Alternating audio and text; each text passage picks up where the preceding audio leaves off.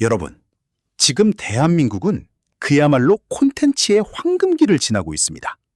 지하철을 타도 카페를 가도 모두가 스마트폰 속 세상에 빠져 있죠. 드라마 한 편이 잘 터지면 국가 브랜드가 올라가고 웹툰 하나가 전 세계인의 밤잠을 설쳐놓습니다. 이런 분위기 속에서 정부가 아주 달콤한 발표를 하나 던졌습니다.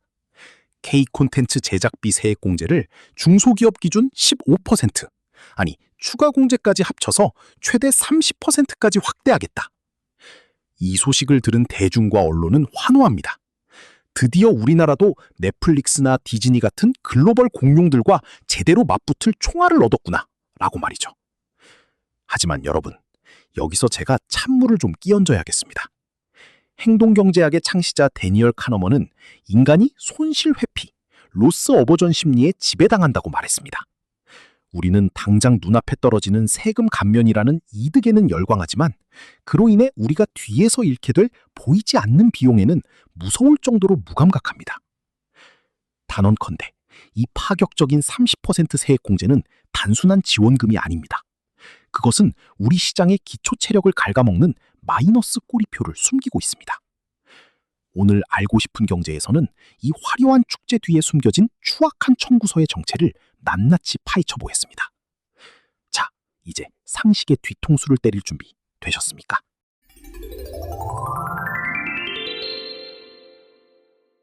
아니, 정부가 돈을 써서 우리 기업들 길을 살려주겠다는데 그게 어떻게 마이너스 꼬리표가 됩니까? 라고 여러분들 중 이해가 안 되는 분들이 계실 거예요. 세액 공제 받아서 제작비가 넉넉해지면 당연히 배우들 출연료도 제때 주고 촬영 퀄리티도 올라가서 결국 우리 시청자들 눈이 즐거워지는 거 아닌가요? 이건 명백한 윈윈 게임 아닌가요? 표면만 보시면 그렇게 믿고 싶으시겠죠. 하지만 그건 아주 전형적인 확증 편향의 늪에 빠진 겁니다. 우리는 성공한 K드라마라는 결과값에 취해 그 과정에서 발생하는 심각한 심리적 왜곡을 보지 못해요. 제가 10년 동안 이 바닥의 생리를 지켜보며 깨달은 불편한 진실은 이렇습니다. 제작비 공제율이 올라가는 순간 제작사의 머릿속엔 작품의 본질보다 숫자의 유혹이 먼저 자리를 잡습니다. 행동경제학에는 유인책의 역설이라는 개념이 있어요. 정부가 특정 행동에 보상을 줄 때 그 행동의 본래 목적이 변질되는 현상을 말하죠. 생각해보세요. 1억을 투자할 때보다 100억을 투자할 때 국가가 깎아주는 세금의 절대 액수가 압도적으로 커집니다. 그럼 제작사는 어떤 선택을 할까요? 적은 비용으로 최고의 효율을 내는 신선한 대본을 찾기보다 어떻게든 제작비 규모를 부풀릴 명분을 찾기 시작합니다. 굳이 필요 없는 화려한 CG를 넣고 해외 로케이션을 고집하고 이미 몸값이 천정부지인 톱스타를 무리하게 캐스팅하죠. 왜? 그래야 세액공제라는 확정 수익이 커지니까요. 이것이 바로 정보의 비대칭성이 낳은 괴물입니다. 제작사는 정부 지원금이라는 안전장치를 믿고 방만한 경영을 하게 되고 그 과정에서 진짜 실력 있는 신인 작가나 실험적인 연출자들은 설 자리를 잃습니다. 안전하게 돈을 돌려받을 수 있는 대형 프로젝트에만 자본이 쏠리는 군집 행동이 발생하기 때문입니다. 결국 우리가 보는 건 화려한 시각 효과로 도배된 하지만 서사는 빈약한 기획된 대작들 뿐입니다. 시청자의 즐거움이요? 아니요. 이건 제작사들의 세금 재테크에 우리가 들러리를 서고 있는 것일지도 모릅니다. 자, 이제 다시 묻겠습니다. 그래도 이게 여전히 윈윈으로 보이시나요? 아니면 누군가의 주머니를 채우기 위해 당신의 세금이 엉뚱한 곳에서 낭비되고 있다는 신호로 보이시나요? 이 상황이 얼마나 위험한지 아주 일상적인 사례로 비유해 보겠습니다. 여러분이 지금 마트에서 아주 커다란 쇼핑 카트를 밀고 있다고 상상해 보세요. 평소라면 여러분은 예산에 맞춰 두부, 콩나물, 계란 같은 꼭 필요한 식재료를 신중하게 고를 겁니다. 그런데 갑자기 마트 점장이 나타나서 귀에 대고 속삭입니다. 오늘 이 카트에 담는 모든 물건값의 30%를 제가 대신 내드릴게요. 대신 카트를 꽉 채워야 합니다. 자, 그럼 여러분은 어떻게 행동할까요? 갑자기 평소엔 비싸서 쳐다보지도 않던 50만 원짜리 와인, 10만 원짜리 수입 치즈를 카트에 마구 던져넣기 시작할 겁니다. 내 돈은 70%만 나가는데 남들에게는 100%의 부를 누리는 것처럼 보이니까요. 지금 K 콘텐츠 시장이 정확히 이 카트와 같습니다. 내 돈 70%만 쓰면 100억짜리 대작을 만들 수 있으니 주연 배우의 출연료는 상상을 초월하게 치솟고 제작 현장의 인플레이션은 걷잡을 수 없이 불어납니다.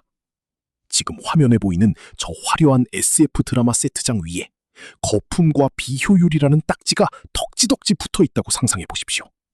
이 거품의 대가는 결국 플랫폼의 구독료 인상이나 광고료 전가라는 형태로 부메랑이 되어 다시 여러분의 지갑을 공격하게 될 것입니다. 자, 이제 장밋빛 환상을 걷어내고 그 아래 숨겨진 가장 차갑고 불편한 진실을 마주해 볼 시간입니다. 모두가 K 콘텐츠의 글로벌 재패를 외치며 샴페인을 터뜨릴 때 우리는 반드시 이 질문을 던져야 합니다. 이 거대한 축제의 비용은 정말 공짜인가? 행동경제학적 관점에서 볼 때 이 정책의 가장 치명적인 결함은 바로 기회비용의 은폐입니다. 정부가 특정 산업에 수천억 원의 세액공제를 제공한다는 것은 산술적으로 그만큼의 세수가 증발한다는 뜻입니다. 여러분, 국가의 예산은 무한 샘물이 아닙니다. 콘텐츠 산업으로 흘러들어간 그 막대한 자금은 사실 대한민국 기틀을 다질 기초과학연구소의 예산이었을 수도 있고 우리 아이들의 교육 환경 개선이나 고독사 위기에 처한 노인들을 위한 사회 안전망에 쓰일 수도 있었던 소중한 공공의 자원입니다. 우리는 지금 당장의 화려한 오징어 게임을 위해 미래를 대비할 생존의 자금을 기회비용으로 지불하고 있는 셈입니다.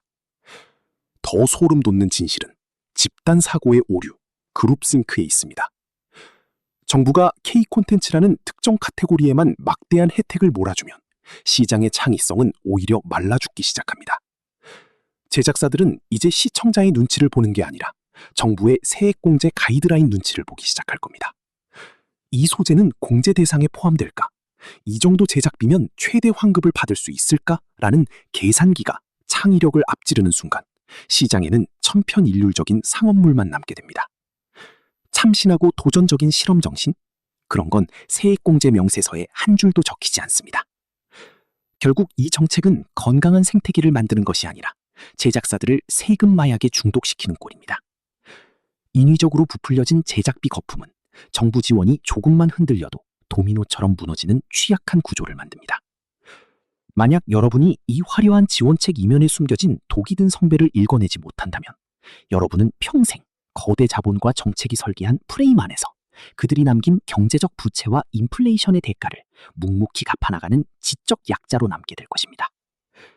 지금 여러분이 보고 있는 그 화려한 화면은 어쩌면 우리가 반드시 해결해야 할 사회적 문제들로부터 눈을 돌리게 만드는 가장 비싼 연막 작전일지도 모릅니다.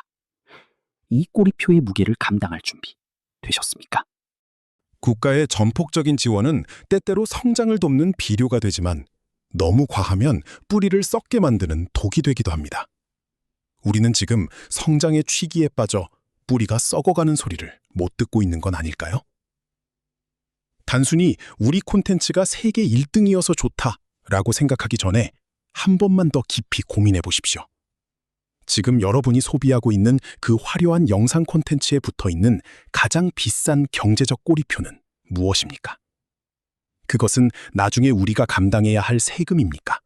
아니면 다양성이 사라진 삭막한 문화 생태계입니까?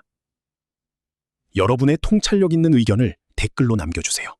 비판도 좋고 응원도 좋습니다. 여러분의 뜨거운 논쟁이 우리 콘텐츠 시장을 진정으로 건강하게 만드는 원동력이 됩니다. 오늘 영상이 여러분의 지적학성에 도움이 되었다면 구독과 좋아요라는 가장 합리적인 비용으로 저희의 다음 추적을 응원해 주십시오. 알고 싶은 경제는 언제나 보이지 않는 숫자의 진실을 쫓겠습니다.